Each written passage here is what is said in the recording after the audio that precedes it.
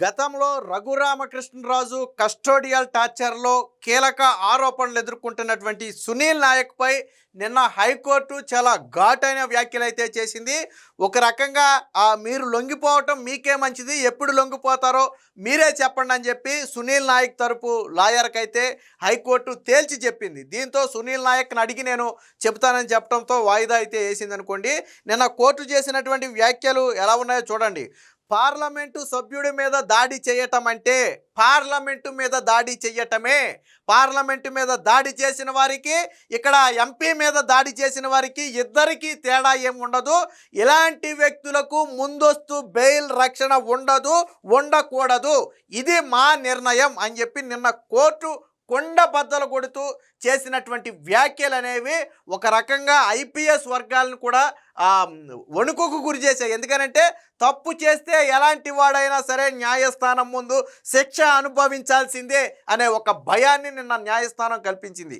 ఆ రోజు రఘురామకృష్ణరాజుని అంటే ఒక ఎంపీగా ఉన్నటువంటి వ్యక్తిని దారుణంగా బంధించి అరికాళ్ళ మీద కొట్టి చిత్రహింసలకు గురి చేశారు. అప్పటికే అనేక అనారోగ్యాలు ఉన్నాయి ఆ రఘురామకృష్ణరాజుకి. ఆయన గురించి అందరికీ తెలిసిందే. సో అయినా కానీ ఆయన్ని వందల కిలోమీటర్లు వాహనాల్లో తిప్పటం, కస్టోడియల్ టార్చర్ చేయటం, పైగా మెడికల్లోనేమో ఆయనకి గాయాలు కాలేదని దొంగ రిపోర్ట్లు ఇప్పించటం, ఇలా ఒకటి కాదు రెండు కాదు అనేక రకాలుగా ఆ రోజు రఘురామకృష్ణరాజుని హింసిస్తే దానిలో నిన్న సునీల్ నాయక్ పాత్ర ఉంది అనేది నిన్న కోర్టు బల్లగుద్దినట్టుగా చెప్పింది. అది ప్రత్యక్షంగానా పరోక్షంగానా కానివ్వండి, రఘురామకృష్ణరాజుని కస్టోడియల్ టార్చర్ చేస్తారనే విషయం సునీల్ నాయక్కు తెలుసు. ఆయనకు తెలిసి జరిగింది అంటే ఆయన దాడి చేసినట్లే. అలాంటి వ్యక్తులను ఎట్టు పరిస్థితుల్లో ఉపేక్షించబోము. ఒక పార్లమెంటు సభ్యుడి మీద దాడి చేయటం అంటే చాలా దారుణమైన విషయం. ఇది పార్లమెంటు మీద దాడి చేయటంతోనే సమానంగా మేము చూస్తామని చెప్పి నిన్న హైకోర్టు చేసినటువంటి వ్యాఖ్యలు అనేవి నిన్న పెను సంచలనంగా మారాయి. సునీల్ నాయక్కి ఒకటే చెప్పింది, లొంగిపోవడం మీకే మంచిది, ఎప్పుడు లొంగిపోతారో చెప్పండి, లేదా బెయిల్ పిటిషన్ మీద వాదనలు వినిపిస్తామంటారా, మేము అందుకు కూడా రెడీగా ఉన్నాం, మేము ఎక్కడ ఎలా సమాధానం చెప్పాలో మాకు బాగా తెలుసు అని చెప్పి కోర్టు ఒక రకమైనటువంటి హెచ్చరికను కూడా నిన్న జారీ చేయడం జరిగింది. దీంతో గత్యంతరం లేక వాళ్ళ తరపు లాయర్ నుంచి కనీసం సమాధానం కూడా రాలేదు. ఆయన చెప్పింది ఒకటే, నేను సునీల్ నాయక్తో మాట్లాడి వివరాలు కోర్టు ముందు ఉంచుతానని మాత్రమే చెప్పాడు తప్ప కనీసం దీనికి కౌంటర్ కూడా చేయలేని పరిస్థితి నిన్న కోర్టు కల్పించింది. అంటే ఈ కేసులో ఎంత తీవ్రత ఉందో చూడండి. ఇదే సునీల్ నాయక్ని జగన్మోహన్ రెడ్డి బీహార్ రాష్ట్రం నుంచి తీసుకొచ్చి ఇక్కడ పోస్టింగ్ ఇచ్చి ఆ రోజు రఘురామకృష్ణరాజుని కస్టోడియల్ టార్చర్కి గురి చేశాడు. జగన్మోహన్ రెడ్డిని నమ్మిన ఏ ఒక్కడు బాగుపడినట్లు చరిత్ర లేదు, ఆయన తప్ప. ఆయన మాత్రం బాగానే ఉంటాడు, ఆయన రక్షణ ఆయన పొందుతాడు. కానీ ఇతరులు ఎవరు కూడా జగన్మోహన్ రెడ్డిని నమ్మిన ఐఏఎస్ శ్రీలక్ష్మి దగ్గర తీసుకుంటే ఈరోజు సునీల్ నాయక్ వరకు అనేక మంది ఐఏఎస్ ఐపీఎస్ అధికారులు ఈరోజు కటకటాల పాలయ్యారు. వాసుదేవరెడ్డి ఎక్కడి నుంచి తీసుకొచ్చాడండి? వాసుదేవరెడ్డిని ఎక్కడో సెంట్రల్లో ట్రాఫిక్ సిగ్నల్స్, రైల్వే ట్రాఫిక్ సిగ్నల్కు సంబంధించిన అధికారిని తీసుకొచ్చి లిక్కర్ స్కామ్లో ఇరికిచ్చి ఆయన్ని జైలు పాలు చేశాడు. అలాగే టీటీడీకి ఈవోగా ధర్మారెడ్డిని ఎక్కడి నుంచి తీసుకొచ్చాడండి? ఆ వ్యక్తిని తీసుకొచ్చి ఈరోజు కేసుల్లో ఆ వ్యక్తిని ఇరికించి వాళ్లకు మనశ్శాంతి లేకుండా చేశాడు. సో ఈరోజు ఐపీఎస్ సునీల్ నాయక్, రేపొద్దున ఐపీఎస్ సునీల్ కుమార్ కూడా వస్తాడు దీంట్లోకి. సునీల్ కుమార్ నేను కోర్టు వదిలిపెట్టదు. నిన్న మొన్నటి వరకు సునీల్ కుమార్ చాలా ఎగిరాడు పాపం, సోషల్ మీడియాలో ఇష్టం వచ్చినట్టుగా పోస్టులు పెట్టి ఎగిరాడు. ఈ దెబ్బతో ఎప్పుడైతే ఈ సునీల్ నాయక్ విషయంలో కోర్టు వ్యాఖ్యలు విన్నారో అందరూ తోక ముడుస్తారు చూడండి ఈ దెబ్బతో. ఎందుకంటే ఇక ఆటల చెల్లవు. సునీల్ నాయక్ కంటే కూడా మొదటగా శిక్షింపబడాల్సింది సునీల్ కుమారే అనేది రఘురామకృష్ణరాజు చెప్పే మాట. ఆయన డైరెక్షన్లోనే వీళ్ళందరూ పనిచేశారు. మరి అసలు వ్యక్తిని కోర్టు వదిలేస్తుందా? సునీల్ నాయక్ విషయంలో తప్పు అని చెప్పి సునీల్ కుమార్ విషయంలో తప్పు లేదని చెప్పుద్దా? కోర్టు ఏం చెప్పింది? మీరు పార్లమెంట్ మీద దాడి చేసిన వ్యక్తి అయినా, ఎంపీ మీద దాడి చేసిన వ్యక్తి అయినా ఇద్దరు నాకు ఒకటే, ఇద్దరిని అదే విధంగా ట్రీట్ చేస్తానని చెప్పింది కోర్టు. మరి సునీల్ కుమార్ మీదకి వెళ్దా ఇది? సునీల్ కుమార్ మెడకు చుట్టుకోదా ఇది? ఇప్పుడు వాళ్ళకి సప్పబడద్దు అనమాట. నిన్నటి వరకు ఎగిరారు కదా సోషల్ మీడియాలో, ఇష్టం వచ్చిన పొలిటికల్ పోస్టులు పెట్టుకుంటూ ఎగిరారు.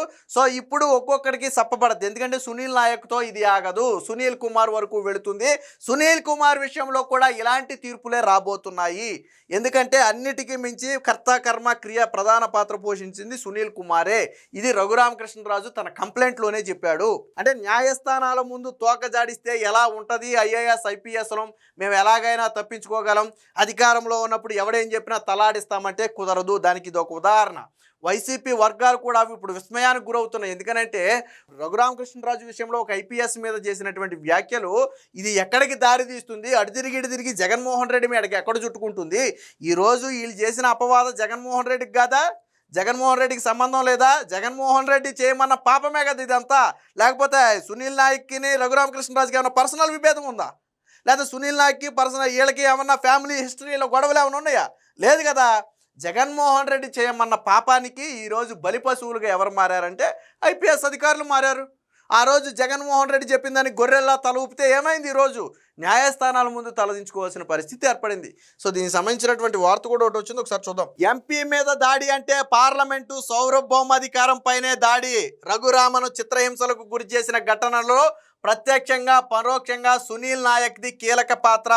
లొంగిపోతే మీకే మంచిది, ఎప్పుడు లొంగిపోతారో చెప్పండి. ముందస్తు బెయిల్ పిటిషన్పై విచారణలో హైకోర్టు ఘాటైన వ్యాఖ్య. మాజీ ఎంపీ ప్రస్తుత శాసన ఉపసభాపతి రఘురామకృష్ణరాజును వైసీపీ హయాంలో కస్టడీలో సిఐడి చిత్రహింసలకు గురి చేసిన ఘటనపై హైకోర్టు ఘాటైన వ్యాఖ్యలు చేసింది. పార్లమెంటు సభ్యుడిపై దాడి చేయడం అంటే పార్లమెంటు సార్వభౌమాధికారంపై దాడి చేయటమేనని స్పష్టం చేసింది. పార్లమెంటు మీద దాడి చేసిన వారికి, ఎంపీని కస్టోడియల్ టార్చర్కు గురి చేసిన వారికి మధ్య తేడా ఏమీ లేదని పేర్కొంది. చిత్రహింసను గురి చేసినట్లుగా ఆరోపణలు ఎదుర్కొంటున్నటువంటి ఐపీఎస్ అధికారి సునీల్ నాయక్ ముందస్తు బెయిల్ రక్షణ ఉండకూడదు అని ఇందులో పేర్కొంది. ఎంపీని హింసించిన ఘటనలో ప్రత్యక్షంగా పరోక్షంగా సునీల్ నాయక్ కీలక పాత్ర పోషించారు. ఆయన ఎప్పుడు లొంగిపోతారో చెప్పండి, లొంగిపోవటం మీకే మంచిది. లొంగిపోతారా లేదా బెయిల్ పిటిషన్ మీద వాదనలు వినిపిస్తారా నిర్ణయించుకుని న్యాయస్థానానికి చెప్పండి అని చెప్పి సూచించడంతో ఆయన తరపు న్యాయవాది అశ్విని కుమార్ స్పందిస్తూ పిటిషనర్ సునీల్ నాయక్తో మాట్లాడి వివరాలను నేను కోర్టుకు సమర్పిస్తానని చెప్పడంతో ప్రస్తుతానికైతే కేసు వాయిదా వేయటం జరిగింది. అంటే దీన్ని మట్టికి వాయిదా వేయడం జరిగింది. అంటే చూడండి కోర్టు ఎంత ఘాటైన వ్యాఖ్యలు చేసిందంటే ఒక పార్లమెంటు సభ్యుడి మీద దాడి చేయటం అనేది చిన్న విషయం కాదు. అది కూడా ఎటువంటి ఆధారాలు లేకుండా, ఎటువంటి ఆరోపణలు రాకుండానే వీళ్ళంతటా వీళ్ళుగా కేసులు కట్టి వీళ్ళంతటా వీళ్ళుగా రాత్రికి రాత్రి తీసుకెళ్ళిపోయి కనీసం న్యాయస్థానాన్ని ఆశ్రయించే అవకాశం కూడా ఇవ్వకుండా వాళ్ళకున్నటువంటి 24 గంటల్లో హాజరుపరచాలి అనే ఒక దాన్ని ఉపయోగించుకుని 24 గంటల్లో ఆయన్ని చిత్రహింసలకు గురి చేయడమే కాకుండా 100 కిలోమీటర్ల అనారోగ్యంతో ఉన్నటువంటి వ్యక్తిని రోడ్డు మార్గాన తిప్పి ఆయన్ని కనీసం కంటి మీద కునుకు లేకుండా చేసి చివరికి ఆయన సుప్రీంకోర్టుకి వెళ్ళి ఇది తెచ్చుకునే వరకు, ఆర్మీ ఆసుపత్రిలో వైద్య పరీక్షలు చేయించుకునే వరకు కూడా ఆయన బయటపడలా. ఆయన మీద పెట్టి రాజద్రోహం కేసు ఆయన మీద పెట్టింది, మామూలు కేసు కాదు, రాజద్రోహం కేసు పెట్టారు. అంటే నాన్ బెయిలబుల్ కేసు, అసలు బయటికి రావడం అనేది అసాధ్యం. తక్కువలో తక్కువ 3-4 ఏళ్ళు జైల్లో ఉండాలి కొంతమంది న్యాయవాదులు చెప్పే లెక్క ప్రకారం.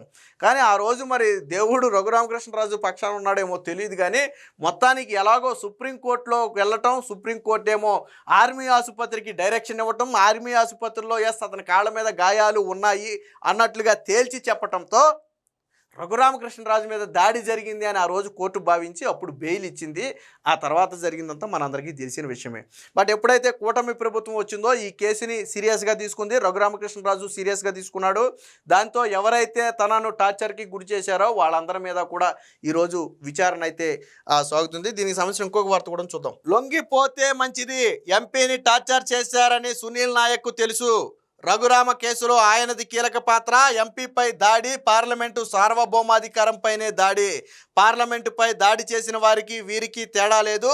ముందస్తు బెయిల్ రక్షణ అనేది రాకూడదు. ఐపీఎస్పై హైకోర్టు తీవ్ర వ్యాఖ్యలు. ఇక్కడ చూడండి, పార్లమెంటు సభ్యుడిపై దాడి చేయడం అంటే పార్లమెంటు సార్వభౌమాధికారంపై దాడి చేయడమేనని హైకోర్టు వ్యాఖ్యానించింది. ఎంపీని కస్టడీలో చిత్రహింసలకు గురి చేశారన్న తీవ్ర ఆరోపణలు ఎదుర్కొంటున్న ఐపీఎస్ అధికారికి ముందస్తు బెయిల్ రక్షణ లభించకూడదని స్పష్టం చేసింది.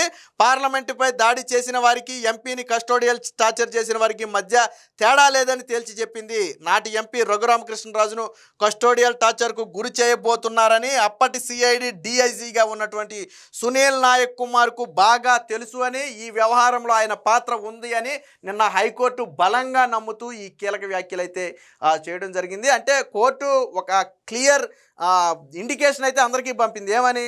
ఈరోజు అధికారం ఉందని మనం చెలరేగిపోతే ఐఏఎస్ కావచ్చు, ఐపీఎస్ కావచ్చు, లేదా ఇంకొకళ్ళు కావచ్చు, రేపటి రోజున కోర్టులు న్యాయస్థానాలు చూస్తూ ఊరుకోవు. టెంపరీగా వాళ్ళ అధికారాన్ని అడ్డం పెట్టుకుని కొంతకాలం తప్పించుకోగలరేమో. జగన్మోహన్ రెడ్డి సీఎంగా ఉన్నంతకాలం తప్పించుకోగలిగారు. బట్ జగన్మోహన్ రెడ్డి దిగిపోయిన తర్వాత ఎవరు బలిపశువులయ్యారు? జగన్మోహన్ రెడ్డి బాగానే ఉన్నాడు, బెంగళూరుకి తాడేపల్లికి తిరుగుతా జగన్మోహన్ రెడ్డి బాగానే ఉన్నాడు. కానీ ఈరోజు బలిపశువులుగా మారింది ఎవరు? ఇతర రాష్ట్రాల నుంచి ఇక్కడ పనిచేయడానికి వచ్చినటువంటి అధికారులు బలిపశువులుగా మారారు. ఆ రోజు శ్రీలక్ష్మి మొదలు ఈరోజు సునీల్ నాయక్ వరకు అందరినీ జగన్మోహన్ రెడ్డి బలిపశువులే చేశాడు. ఇది దీనికి మరొక ఉదాహరణ. జగన్ని నమ్మిన ఏ ఒక్కడు బాగుపడడు అనడానికి ఇదే ఉదాహరణ. ఏది ఏమైనా సునీల్ నాయక్ మీద ఇప్పుడు హైకోర్టు చేసినటువంటి ఈ వ్యాఖ్యలు అనేవి తీవ్ర చర్చగా మారాయి.